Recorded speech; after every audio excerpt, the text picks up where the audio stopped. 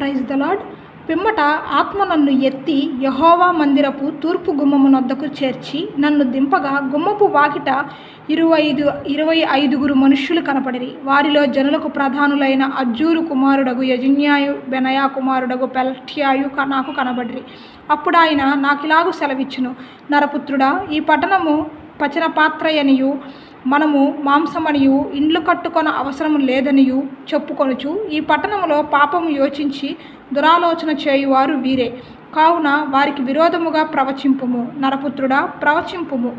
అంతటా యెహోవా ఆత్మ నా మీదికి వచ్చి ఆజ్ఞ ఇచ్చినదేమనగా, నీవు ఈ మాట వారికి తెలియజేయము. యెహోవా సెలవిచ్చిన మాట ఇదే. ఇశ్రాయేలీయులారా, మీరు రాగున పలుకుచున్నారే, మీ మనస్సున పుట్టిన అఖిల ప్రాయములు నాకు తెలిసేయున్నవి. యెహెజ్కేలు గ్రంథం 11వ అధ్యాయం 1-6 వచనాల